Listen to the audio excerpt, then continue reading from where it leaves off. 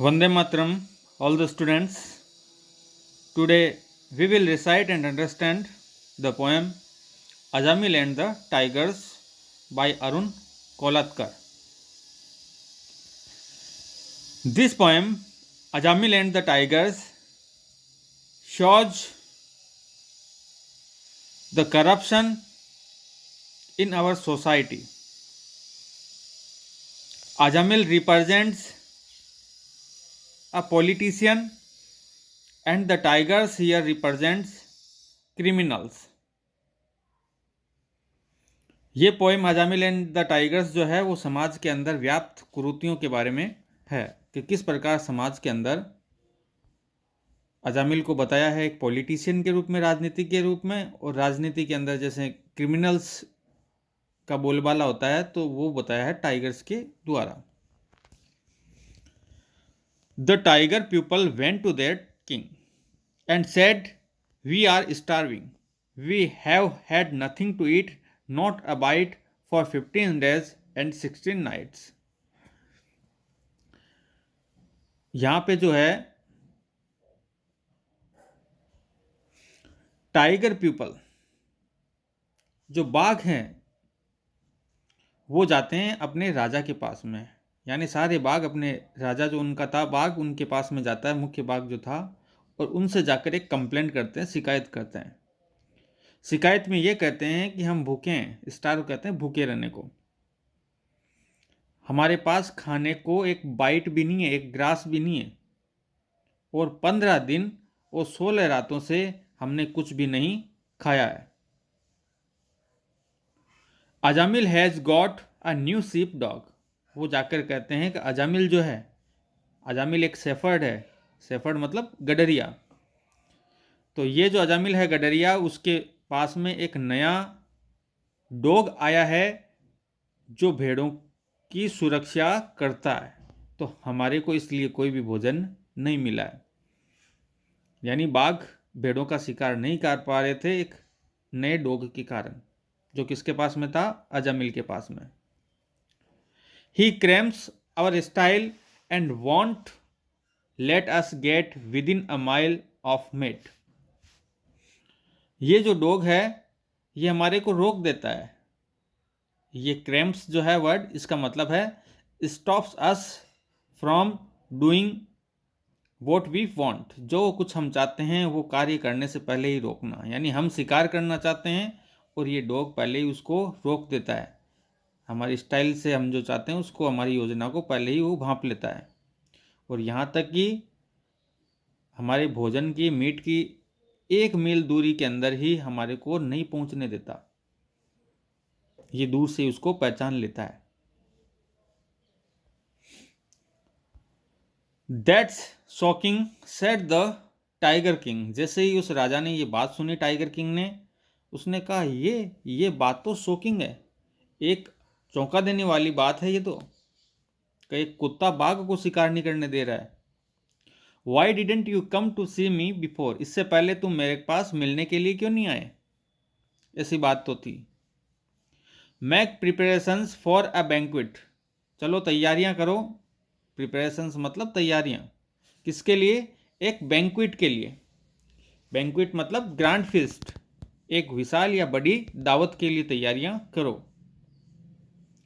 I am gonna teach that sheep dog a lesson he will never forget. मैं जाता हूं और उस कुत्ते को एक ऐसा पाठ पढ़ा के आऊंगा कि वो अपनी जिंदगी में भी कभी उसको नहीं भूल पाएगा. जैसे उसने, राजा ने ये बात कही, तो वहां जो टाइगर्स थे उन्होंने कहा, here here said the tigers. अरे सुनो सुनो. उन टाइगर्स ने कहा राजा से. Careful said the queen. राजा की जो रानी थी उसने भी कहा, अरे सावधान रहना. इतनी बात उसने की रानी ने, लेकिन but he was already gone. लेकिन उस टाइगर राजा ने, किंग ने उसकी बात को ही नहीं सुना, और वो पहले से ही वहां से जा चुका था, अलोन, अकेले. यानी डॉग से लड़ने के लिए वो अकेले ही पहले ही रवाना हो गया. Into the darkness. अंधेरे के अंदर. Before the dawn. सूर्य उदय उससे पहले ही वो अंधेरे के अंदर कुत्ते से लड़ने के लिए चला गया। In an hour he was back. 1 घंटे के अंदर वो वापिस लौट कर भी आ गया। द गुड किंग, एक अच्छा राजा इसलिए कहा है, क्योंकि उसने अपनी प्रजा के लिए तुरंत कार्य करने के लिए हमेशा वो तत्पर था। A black patch on his eye, जब वो वापस लौट कर आया तो वो थोड़ी घायल अवस्था के अंदर था। एक काला धब्बा जो था उसकी आंखों के ऊपर था। His tail in a sling, जबकि उसकी जो पूंछ थी वो भी जैसे उस पर भी कोई चोट वगैरह लगी हुई थी, तो उस पर भी कोई बैंडेज वगैरह लगी हुई हो, जैसे स्लिंग का अर्थ बैंडेज वगैरह, पट्टी बांधना वगैरह, यानी वो घायल हो चुका था। एंड सेड, आकर उसने कहा, I have got it all planned now that I know the lie of the land, कि अरे मैंने अब पूर्ण योजना बना ली है और अब मैं ये जान चुका हूं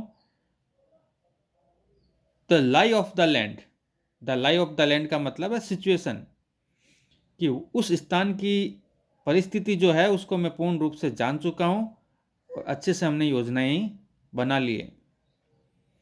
all of us will have to try, अब हम एक साथ सभी के सभी प्रयास करेंगे। We will outnumber the son of a bitch, हम संख्या के अंदर उस कुतिया के बच्चे से ज़्यादा हैं। आउट नंबर का मतलब है इन लार्ज नंबर, अत्यधिक मात्रा में, कि वो तो अकेला है और हम तो इतने सारे हैं कि हम एक साथ उस पर अटैक करेंगे और उसको हरा देंगे। एंड दिस टाइम, और इस बार, there will be no hitch, इसमें कोई भी गड़बड़ नहीं होगी, कोई भी हिचकिचाहट नहीं होगी इसमें। Because this time I shall be leading the attack, हिचकिचाहट क्यों नहीं होगी, गड़बड़ क्यों नहीं होगी, क्योंकि इस बार पूरे समूह का नेतृत्व, जो अटैक करने जा रहा है उसका नेतृत्व मैं स्वयं करूंगा, ऐसा उस टाइगर किंग ने कहा। क्विक एज लाइटनिंग, राजा quick as lightning the ship dog watch, जो डॉग था वो इतना तेज था, किसके समान, लाइटनिंग के समान। लाइटनिंग मतलब बिजली, बिजली के समान कुत्ता फुर्तीला था। ये एक प्रकार का सिमिली है इसके अंदर, figures of speech. He took them all in as prisoners of war the 50 tigers and the tiger king, उस अकेले कुत्ते ने उन सब को युद्धबंदी बना लिया। प्रिजनर्स ऑफ वॉर का मतलब है युद्धबंदी, युद्ध के अंदर जो हार जाते हैं उनको जो बंदी बनाया जाता है उसे कहते हैं युद्धबंदी। तो उन सबको युद्धबंदी बना लिया। 50 टाइगर थे और एक टाइगर किंग था। Before they could get their paws on a single ship, इससे पहले कि ये टाइगर्स वगैरह, बाघ वगैरह अपने एक पंजा भी मार पाते किसी भेड़ के ऊपर, उससे पहले उन्होंने कुत्ते ने उनको बंधक बना लिया। They never had a chance, अब उनके पास में कोई विकल्प वगैरह भी नहीं था।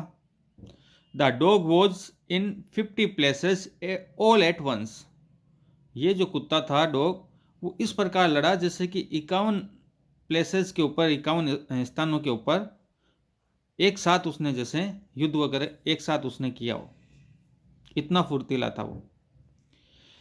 ही स्ट्रंग का अर्थ है टाइट, बांधना। देम ऑल आउट, उन सब को उसने बांध दिया। इन अ डेजी चैन, डेजी चैन का मतलब है जंजीर से, कि जंजीर से उनको सबको एक साथ उसने बांध दिया। And flung them in front of his boss, और उसको कहाँ ले जाकर फेंका सबको, अपने बॉस के सामने। इन वन बिग हीप, एक बड़े ढेर के रूप में, यानी सारों को एक ढेर के अंदर वहां ले जाकर उसने पटक दिया। और उस कुत्ते का बॉस कौन था, अजामिल।